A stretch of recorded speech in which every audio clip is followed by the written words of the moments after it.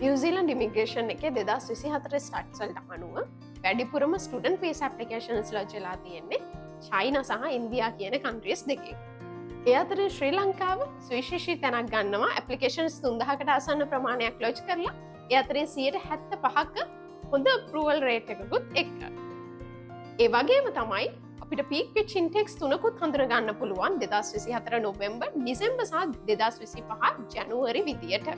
ඉතින් මේක තමයි ඔයාට වීසා එකක් ඇප්ලයි කරන්න බලාගෙන ඉන්න කෙනෙක් නම් ඇප්ලයි කරන්න හොඳම ටයිම් එක. නිව්සීලන්ඩ් කියන්නේ මේ වෙද්දි පීක් වෙච්චම කන්ට්‍රි එකක් ස්ටුඩන්ට් වීසා වලට. ඉතින් ඔයාට පුළුවන් ඔයාගේ ඇප්ලිකේෂන් එක හරියටම GRI එඩියුකේෂන් එකේ ලයිසන්ස්ඩ් ඉමිග්‍රේෂන් ඇඩ්වයිසර් කෙනෙක් අතින්ම කරගන්න.